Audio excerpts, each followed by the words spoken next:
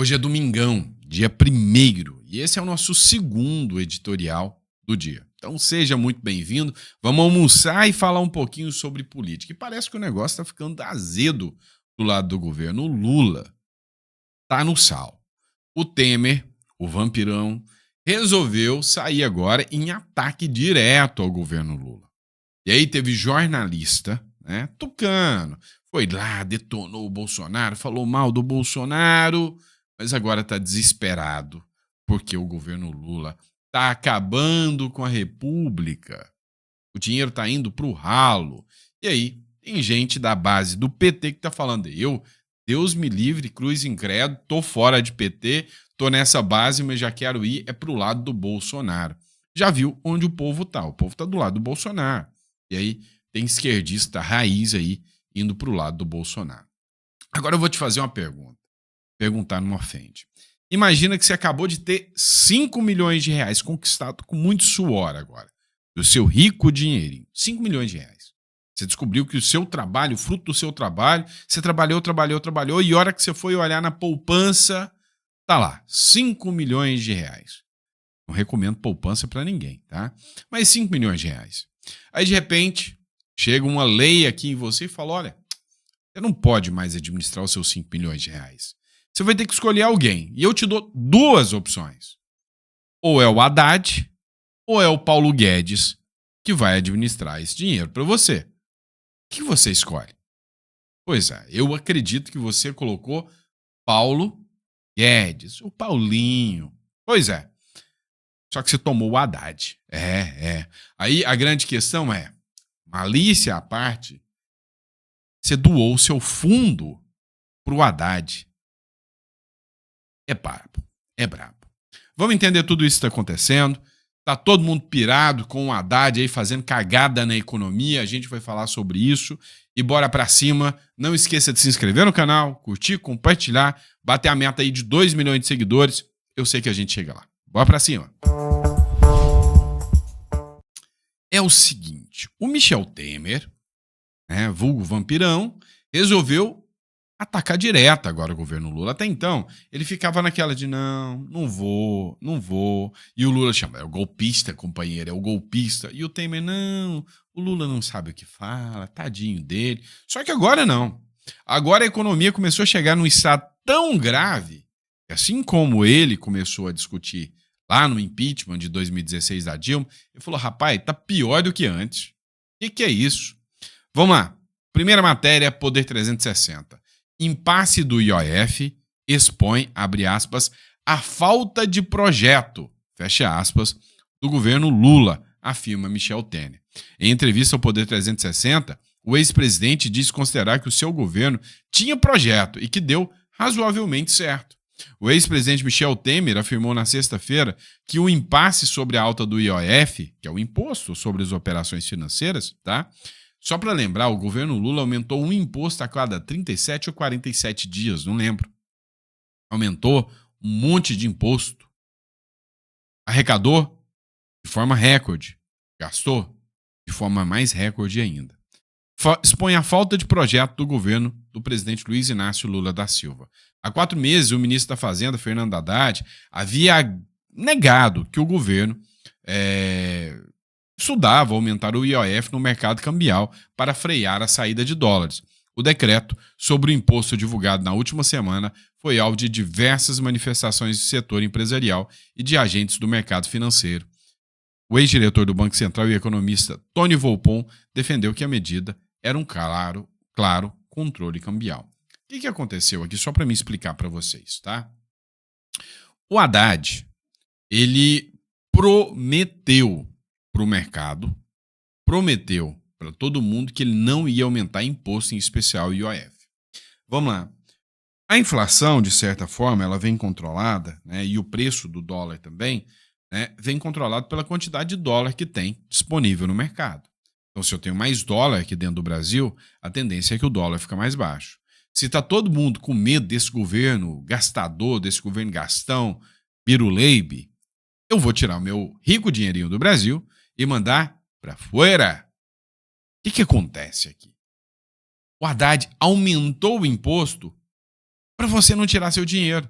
Você está quase pagando um inventário. Tem lugar aí que o inventário é 4% para fazer o inventário, o IOF, né, o ITCD. E aí ele aumentou o IOF de 1,1% para 3,5%, quase 4%. Ou seja, para você não tirar o seu dinheiro de dentro para controlar de forma artificial, de forma ditatorial, de forma autoritária o dinheiro dos investidores.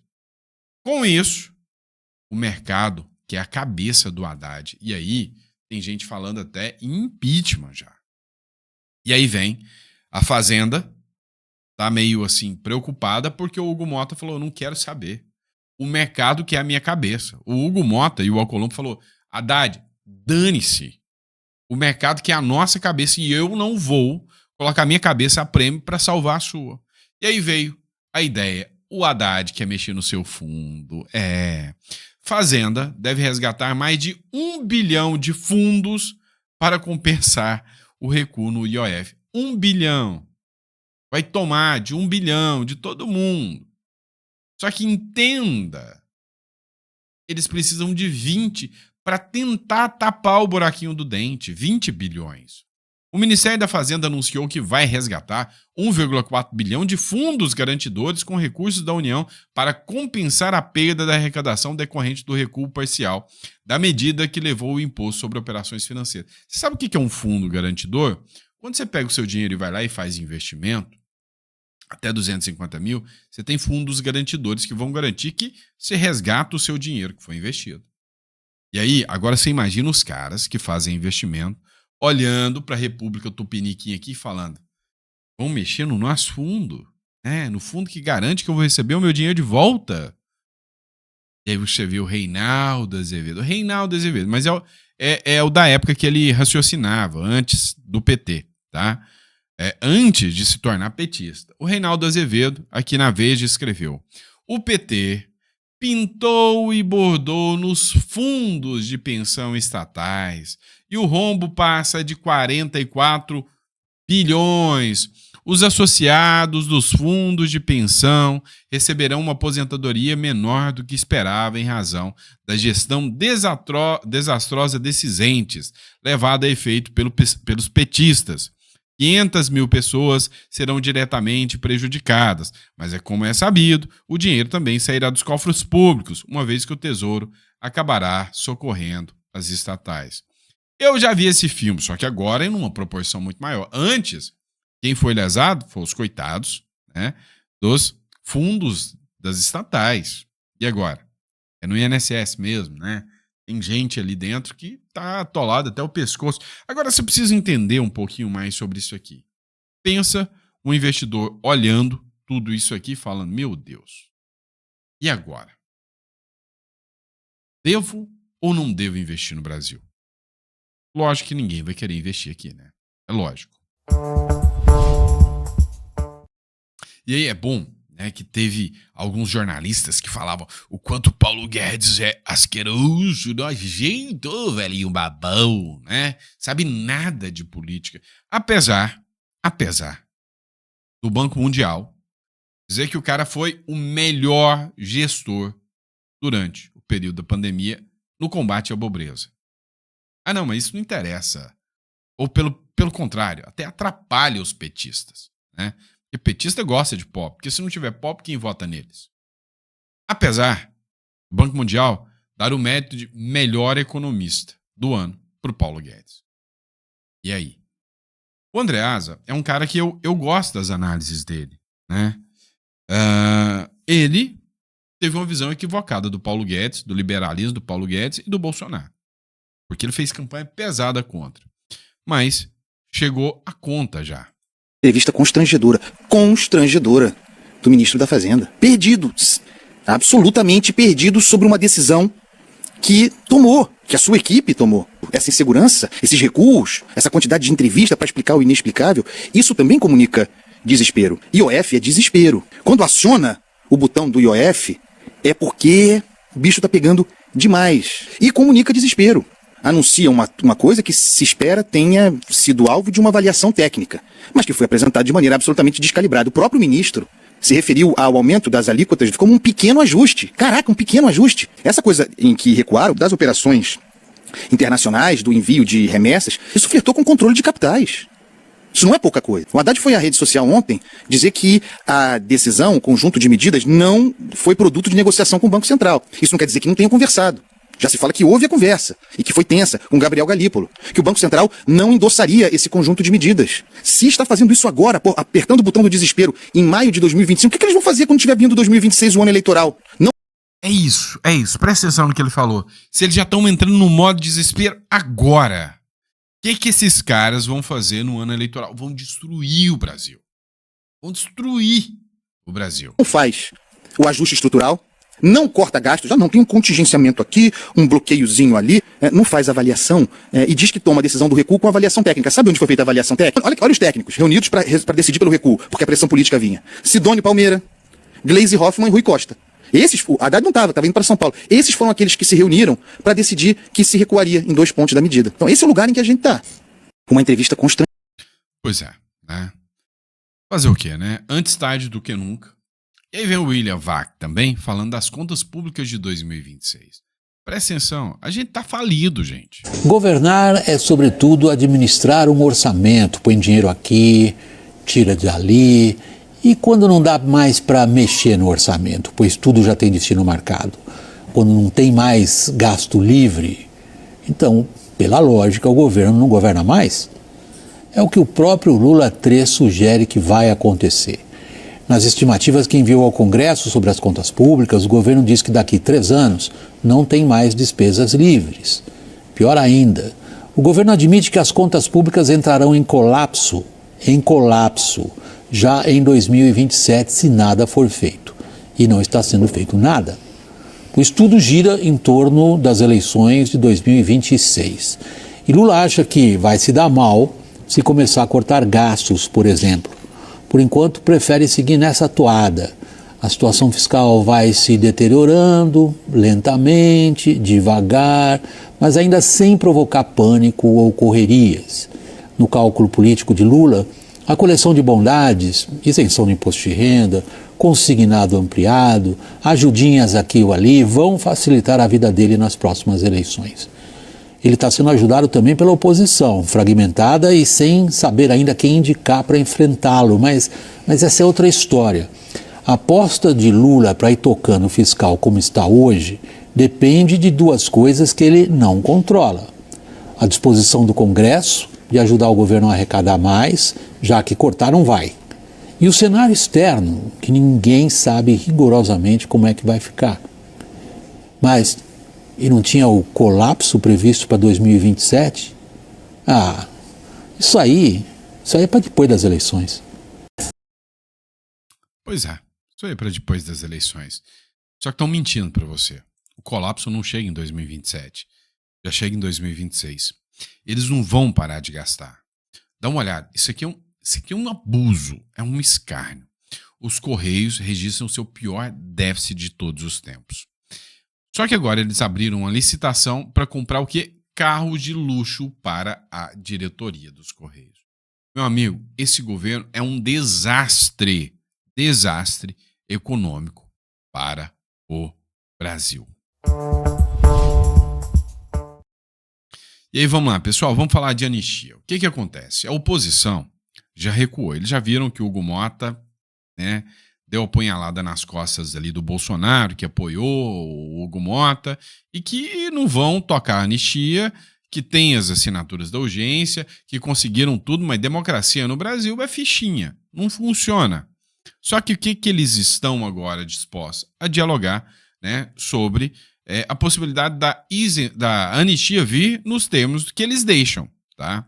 A oposição recua e cogita aceitar comissão especial para discutir a anistia na Câmara dos Deputados. Líderes da oposição discutem internamente um recuo em relação ao projeto da anistia aos presos do 8 de janeiro e cogitam aceitar a instalação de uma comissão especial para discutir o texto. O movimento ocorre depois do presidente da Câmara, Hugo Mota, sinalizar que a proposta seria levada diretamente ao plenário da Casa. Eles prometem, mas nunca cumprem, né? O próprio Bolsonaro foi notificado. E essa sinalização da oposição é com aval do Bolsonaro. Olha só o tamanho da força do Bolsonaro ainda. O projeto da anistia política foi enviado pelo Hugo Mota ao Bolsonaro para saber se o Bolsonaro aceitava essa pauta para mandar o recado para a oposição aceitar ou não. A comissão especial, se instalada, teria até 40 sessões para discutir o texto antes da votação no plenário. 40 sessões não encerra esse ano. Não encerra este ano ainda, né? Mas a oposição está tentando fazer o que dá conta de fazer, né? Fazer o quê? Agora, é interessante, porque tem gente pulando fora do barco, e isso aqui é a terceira vez que eu falo sobre esse assunto e é a terceira vez que tem matéria nova sobre isso aqui. O Portal do Cariri, um portal específico lá da região do Nordeste lá, mostra que o Ciro Gomes teve uma reunião de novo, agora com lideranças bolsonaristas, e sinalizou, vai ter uma aliança com o PDT, com o partido do Ciro, contra, ou melhor, não se sabe se é com o PDT, mas é com o Ciro Gomes, contra o Lula em 2026. É provável ele venha candidato ao governo do Ceará com o apoio do Bolsonaro, porém, será um grande aliado em apoiar dois candidatos ao Senado lá no Ceará, do espectro bolsonarista. E aí a aposta dos apoiadores do Bolsonaro é o impeachment do Alexandre de Moraes e precisa do Senado para isso. Públicos em geral do Ceará que me preocupam muito. O Ceará hoje está sendo desmontado sob o ponto de vista econômico, sob o ponto de vista dos serviços públicos, o clientelismo, a corrupção se generalizaram como prática e é preciso que a gente fortaleça toda e qualquer iniciativa. E esse grupo de oposição, que tem diferenças enormes, está sendo capaz de colocar essas diferenças de lado para se unir em torno de um projeto de salvação do Ceará. Públicos em geral. Pois é, cara, vendo o Ciro Gomes falar de unir-se com Bolsonaro para a salvação do Ceará, do PT, é porque o caos econômico está grande demais. Grande demais. Né? Melhor bem-vindo para ajudar do que para atrapalhar, né? Se estiver do lado do governo Lula e do PT, é pior. É bem pior. Mas o Trump já mandou o recado como é que vai ser as eleições também. Dá uma olhada nisso aqui. Seguinte, o Donald Trump já mandou um recado muito claro como que serão as eleições aqui no Brasil e nos outros lugares aí que a esquerda está participando. Dá uma olhada nessa matéria que é do CNN Portugal. Olha só. A ofensiva de Trump na Europa pode estar a sair pela culatra. O português e o Portugal é uma coisa maravilhosa, né? Está a sair pela culatra. E as presidenciais na Polônia servirão de teste, tá? Tô zoando português não, tá? Só tô falando que o português de vocês é bem diferente do nosso. Vamos lá. Em véspera da segunda volta nas eleições presidenciais polacas, a Secretaria de Segurança Nacional norte-americana, a secretária de Segurança norte-americana, parecia uma estrela de rock. Foi até a Polônia com o candidato da direita, né, tirando fotos com fãs, dando apoio formal, participou de um comício grande lá na Polônia. E aí a grande questão agora é que está todo mundo querendo saber como será a visão. Presta atenção, por que a Polônia é tão importante? Agora, é a primeira vez que o Trump, o Musk, a turma está indo num lugar que, via de regra, tem um progressismo ali histórico e começa a falar o seguinte, agora eu vou fazer apoio para que a direita ganhe força. E aí, se o apoio do Donald Trump der força à direita e a direita vencer as eleições na Polônia, o simbolismo disso é gigantesco. Por que ele é gigantesco? Porque para pensar o seguinte, você é candidato, certo? O Donald Trump vem te apoiar. E você é candidato de direita.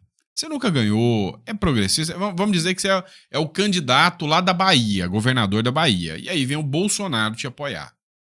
E de repente, tá todo mundo de olho para ver a pressão que o Bolsonaro vai fazer no governo da Bahia para ver se consegue ganhar o governo de estado.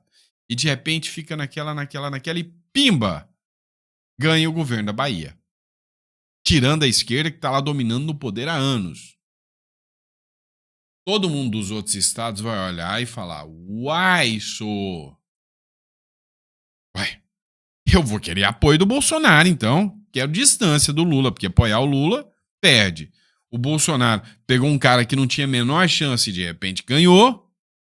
Então, as eleições na Polônia mostram duas coisas pra gente. A primeira, o Donald Trump não vai ficar naquela de eu vou ajudar a amiga aqui. Não vai ser não. Ele vai chegar junto. Lá na Europa, ele mandou a secretária do governo para fazer campanha pesada. O Elon Musk esteve lá. Agora, aqui no Brasil, 2026, nada me assustaria se o Laranjinha brotasse aqui no Brasil num comício do Bolsonaro, num CEPAC da vida. Nada me assustaria se isso acontecesse. Porque eu sei de uma coisa. O Trump quer ver o Lula perder no primeiro turno. E eu acho que o modelo, né, de ação do Trump é bem mais agressivo do que o modelinho do Biden de só ficar mandando dinheirinho através da USAID. Né? Essa é a verdade. Pessoal, vamos focar agora também nessa matéria aqui do The Epoch Times, aqui, que eu achei super interessante também. Tem vários países fazendo denúncia sobre espionagem da China para roubar tecnologia de outros países. Está fazendo com que vários países fiquem pistola com a China nesse sentido. Olha só, o ministro da Defesa holandês, né, ele disse o seguinte: olha, a China está investigando a Holanda, está fazendo um serviço de espionagem brabo para descobrir, né, como funcionam os nossos semicondutores, que estão hoje ponta de mercado aí, estão famosos. A China está fazendo espionagem, ataque hacker com o Partido Comunista Chinês para ter acesso a essas informações, para ter acesso, né, justamente a essa tecnologia, né, que está sendo criada por outros países. Aí a China vem, espera você criar a tecnologia, rouba a sua tecnologia, copia na maior cara de pau e pirateia ali a sua tecnologia, ou seja, todos os investimentos, todos os custos que o país teve para descobrir aquilo ali, que agregou valor no serviço, que deixou o serviço mais caro e que você quer recuperar esse dinheiro, a China já pega tudo isso num serviço de espionagem e começa a fornecer muito mais barato. Então a China começa a causar um incômodo aí em vários países, inclusive da Europa também. Você vê essa questão aí sendo denunciada pelo ministro da Defesa holandês, tá? Ministro da Defesa holandês. Vamos lá, próxima matéria. Pessoal, Carla Zambelli, vamos falar sobre a Carla Zambelli. Matéria do Pleno News, tá? A Zambelli transfere redes sociais e anuncia a pré-candidatura do filho. Pois é, tentando reestruturar ali e manter, né, a hegemonia dentro da política. Ela que foi condenada a 10 anos, uma condenação questionável, muita gente questionou até pela fragilidade das provas, tá? O caso do hacker Walter Delgatti ali, a fragilidade das provas. Então teve muita gente questionando, outros já acham que é justo, mas ela foi condenada a 10 anos e mais uma multa de 2 milhões. 2 milhões, né? Nessa sexta-feira, a deputada federal Carla Zambelli falou sobre a transferência de seus perfis nas redes sociais. Ela também anunciou a pré-candidatura do filho, João Zambelli.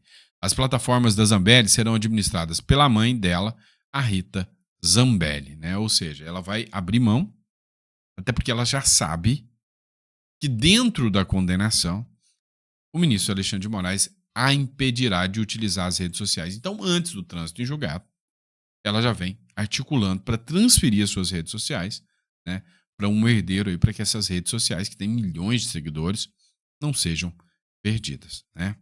E como eu disse para vocês, falando ainda da anistia, o Mota enviou ao Bolsonaro a nova sugestão do PL da anistia.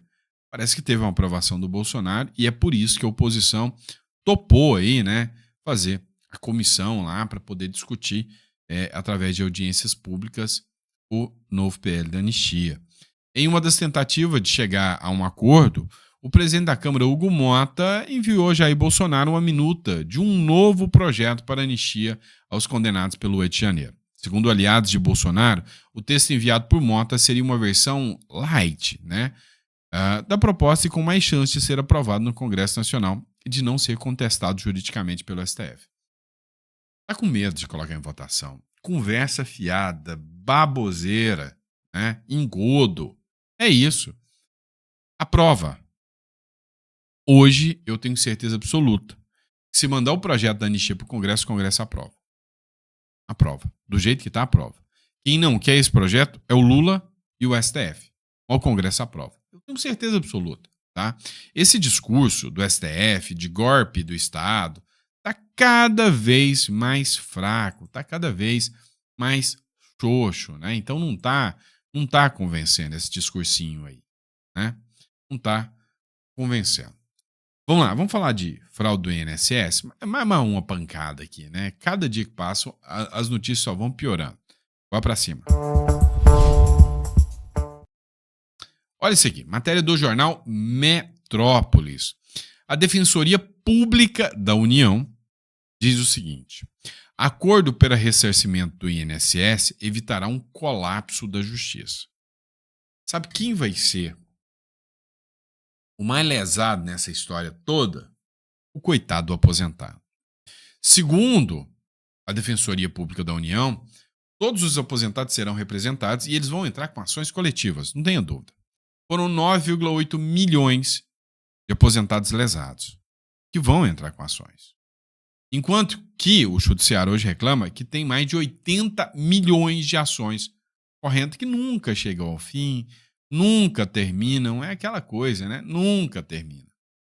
Agora, a grande questão, né, o grande ponto que nós temos que levantar aqui e discutir é o seguinte: como, né, literalmente como, a gente pode ter uma análise do impacto desses acordos.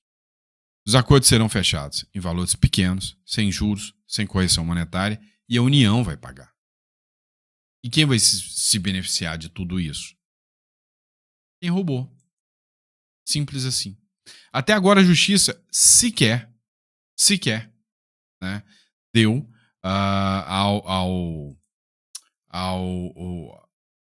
aos executados lá, né, a apreensão dos bens. Não aconteceu.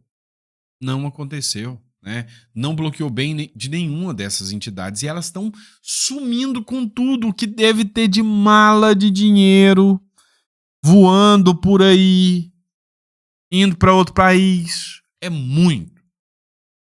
Mas por que o Judiciário está demorando tanto bloquear os bens? Por que algumas instituições não estão sendo investigadas, mesmo sabendo que a Polícia Federal já constatou que elas tiveram um crescimento exponencial aí dos lucros, né? Dos roubos. Brasil. E aí, como se não bastasse você falar assim: Sam, não tem jeito de ficar pior. Tem, sempre tem. Isso aqui é Brasil, né? Começou o mês de junho, onde a quadrilha começa, né? E aí começam as coisas a acontecer.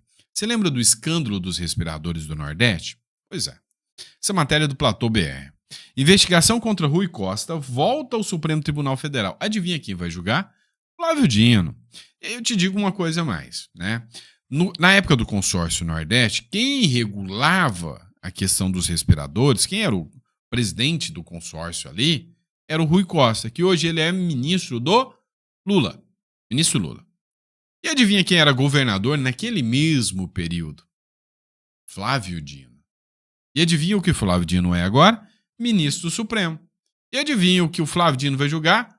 O Rui Costa, no caso dos respiradores. E adivinha de qual governo e colega o ministro Flávio Dino foi ministro da Justiça? Do Rui Costa. Os dois eram colegas de trabalho. A imparcialidade aqui é gritante, gente. É óbvio, né? Acaba de voltar a tramitar no STF o inquérito sigiloso, né?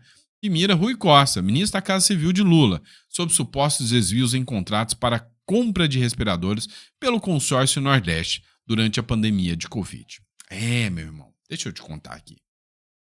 Durante o período do genocida Bolsonaro, malvadão, que não comprou vacina estragada, o que aconteceu? Um certo consórcio pegou 48 milhões, viu um carrinho de picolé passando na rua e falou: eu vou comprar de você. Você me entrega os respiradores? 48 milhões. Vou pagar adiantado. Pimba. Enquanto isso, o povo morrendo com falta de ar, gente na UTI, eu fui pra UTI, fiquei vários dias na UTI, entubado, gente morrendo, faltando respirador, e a galera, puf, sumiu. O vendedor de picolé não apareceu para entregar os respiradores.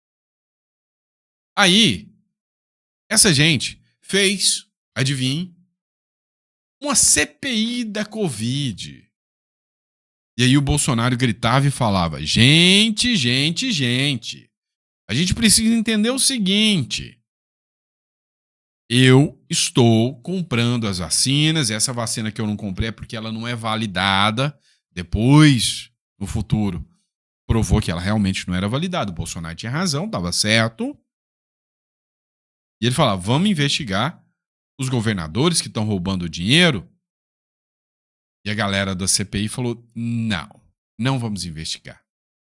Vem uma jornalista, essa jornalista da Globo News, disse: olha, a gente já sabia que essa questão aí dos respiradores existia.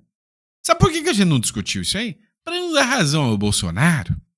Ou seja, o povo morrendo, os corruptos roubando, os respiradores não foram entregues, os jornalistas não falando e o genocida era o Bolsonaro. Olha só o que o Josias de Souza fala aqui, né? Inquérito sobre respiradores volta ao STF e cai nas mãos do Flávio Dino. Nós estamos com um excesso de lama no noticiário, né? E isso exige um certo recato de todo mundo. Na pandemia, a torrefação de dinheiro público na compra de respiradores que jamais chegaram aos hospitais do Nordeste, ganhou um protagonismo de elefante. Na semana passada, como o Aguirre já realçou, o Tribunal de Contas da União isentou servidores encrencados nessa fraude como se nada tivesse sido descoberto, né? Decorridos 5 dias apenas da decisão do TCU, vem essa notícia do UOL, que traz detalhes de um inquérito e que a Polícia Federal mostra que é impossível encobrir um elefante. Então tem um elefante na praça. Esse caso é escandaloso, dá trompa às patas. Envolve a compra de respiradores chineses, lá em abril de 2020, para abastecer o consórcio Nordeste, que era um grupo composto por estados governados por petistas e aliados. Aí o chefe da Casa Civil, Rui Costa, então governador da Bahia, presidia esse consórcio. Transação orçada em 48 milhões de reais e a emergência fez sumir a licitação na época. Pagou-se antecipadamente a uma empresa que comercializava medicamentos extraídos da planta da maconha. Essa era a empresa que ia fornecer equipamentos, respiradores, que nunca foram entregues. No TCU, prevaleceu lá por 5 votos a 3, a tese de um ministro, o ministro Bruno Dantas, uma tese segundo a qual havia uma situação excepcional no mundo durante a pandemia, e isso forçou gestores públicos a agir rapidamente, como se a pressa justificasse o desleixo, o descaso com a ética, o descaso com a moralidade. Então o TCU decidiu abrir processo só contra a empresa, a Hempcare, isentou de responsabilidade os servidores como o petista Carlos Gabas, que assessorava o Rui Costa como secretário executivo desse consórcio Nordeste. E ao expor o elefante que o TCU tentou encobrir, a Polícia Federal revela um insondável, que o dinheiro surrupiado comprou automóveis, pagou fatura de cartão de crédito, pagou até mensalidades escolares. Nós estamos com... E agora, nas mãos do Flávio Dino, no STF. Vamos fazer aqui um bolão imaginário, né? Eu não gosto de aposta, eu odeio aposta, tá? Mas vamos fazer uma brincadeira aqui, quase uma aposta. Quem aí acha que vai acabar em pizza e que ninguém vai ser punido nessa aí, que muita gente morreu por falta de ar, fala eu. Agora quem acha que vai, né? Que vai ser julgado e que eles vão encontrar, coloca aí Bolsonaro genocida. Porque para eles o genocida é o Bolsonaro. Povo cara de pau.